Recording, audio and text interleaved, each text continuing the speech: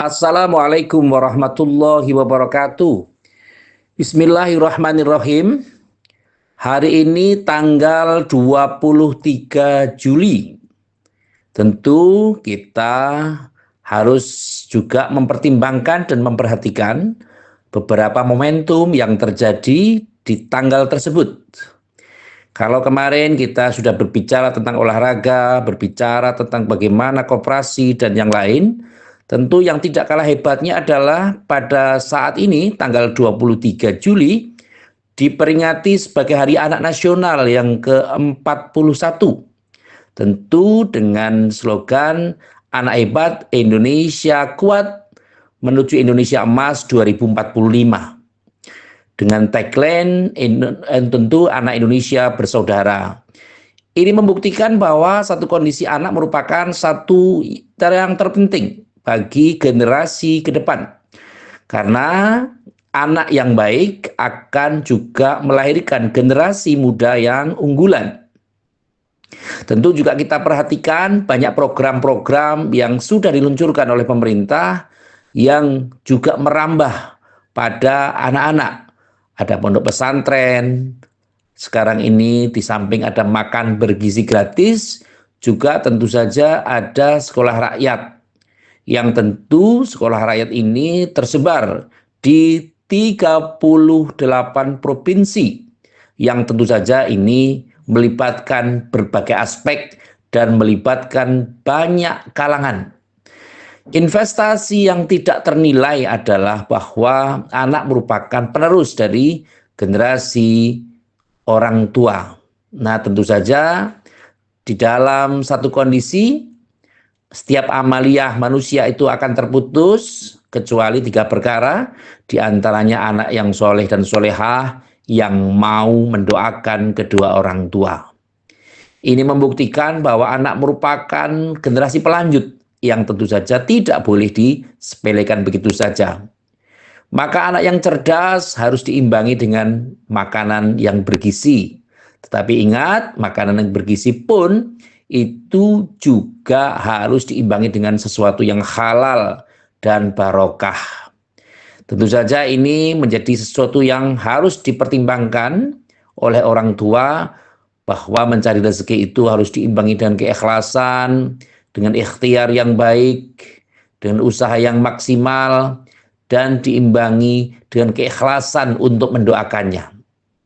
Karena ketika anak itu didoakan oleh orang tuanya, maka bukan tidak mungkin anak akan menjadi generasi yang unggulan, akan menjadi generasi yang hebat, akan menjadi generasi yang penuh dengan sopan santun, tepo sriro, tata krama, dan yang lain. Sekolah sudah mengajarkan beberapa prinsip. Ada prinsip-prinsip yang kaitannya belum lama ini ada terjadi MPLS, ya, pengenalan dengan lingkungan sekolah. Ada, kalau dulu zaman saya muda dulu ada namanya pemasyarakatan dan pembudayaan P4 atau pedoman penghayatan dan pengamalan Pancasila. Tentu sekarang ini diimbangkan dengan pendidikan yang berkarakter. Ini tentu saja memberikan satu kondisi di mana anak memang benar-benar harus dipertimbangkan. Kegiatan-kegiatan yang produktif di lingkungan sekolah pada saat kokurikuler, ekstrakurikuler, atau yang lain tentu harus diimbangkan. Di mana anak-anak kecil juga harus diberikan kesempatan untuk bermain atau play group. Bagaimana anak-anak juga mempertimbangkan bagaimana berinteraksi dengan teman-teman sepermainannya, bagaimana berkelompok, bagaimana berbaur dengan satu dengan yang lain. Maka tentu saja negara kita menganut Bhinneka Tunggal Ika. Meskipun berbeda-beda, mungkin dari Sabang sampai Merauke, mereka bisa berbaur dengan bahasa yang sama, yakni bahasa Indonesia. Kondisi ini juga harus diberikan bekal kepada anak kita, diimbangkan dengan optimisme dalam menatap kembali masa depannya. Anak tidak boleh diselipi informasi yang mencemaskan, pesimisme, hal-hal yang bersifat arogan, bully, saling membuli satu dengan yang lain. Ini tidak boleh ada pada anak-anak. Kegiatan vandalisme juga harus mulai diberikan arahan. Bagaimana pemahaman-pemahaman tentang kehidupan, bagaimana pemahaman tentang tata krama, bagaimana kehidupan kerukunan, persaudaraan antar umat beragama, antar umat seagama, dan berkegiatan dan bermasyarakat. Anak-anak harus diberikan space atau ruang yang cukup besar untuk berkegiatan, untuk berinteraksi dengan kawan-kawannya atau dengan orang-orang yang berusia lebih senior daripadanya. Negara membutuhkan anak-anak yang hebat, anak-anak yang kuat, hebat dari intelektualnya, hebat dari aspek motivasinya, hebat dari sisi emosionalnya. Tentu bukan berarti emosional yang meledak-ledak atau mudah sekali mencederai orang lain, tetapi bagaimana hebat untuk bisa memberikan motivasi satu dengan yang lain, mencerdaskan kehidupan bangsa. Ini dimulai dari aspek anak-anak. Pola yang ada sekarang adalah mari kita kondisikan agar orang tua memonitor gerak kondisinya anak. Bagaimana pembelajaran anak dimulai? Bagaimana kita memfasilitasi seadanya dan semampunya. Kalau ada orang tua yang mungkin karena kondisi tertentu belum bisa memberikan bantuan materi yang lain, tentu negara sudah menyediakan hal-hal ini. Bahkan anggaran untuk pendidikan secara kondisional menurut Undang-Undang Dasar 1945 adalah 20% untuk anggaran pendidikan. Hal ini juga menunjukkan tingkat kepedulian pemerintah terhadap anak-anak, terhadap masyarakat, terhadap warga negara Indonesia. Anak dituntut untuk belajar. Bahkan dalam agama pun dituntut bahwa belajar itu wajib hukumnya. Tapi tidak wajib pinter. Sebagaimana orang berusaha itu wajib, tapi tidak wajib berhasil. Itulah yang menunjukkan bahwa kondisi manusia Indonesia atau anak Indonesia harus mulai ditunjukkan bahwa mereka adalah pemimpin masa depan.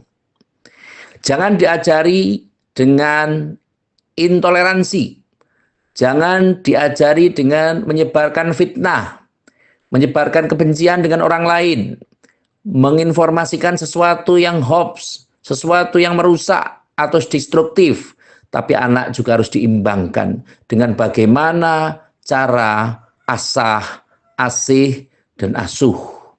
Hal ini pun juga menunjukkan bahwa banyak hal yang harus diinformasikan pada anak-anak kita. Bagaimana supaya anak kita bisa menjadi anak yang hebat, bisa menjadi anak yang penuh motivasi, bisa menjadi anak yang semangat dalam belajar, baik di rumah, di sekolah, di masyarakat, atau dimanapun mereka berada.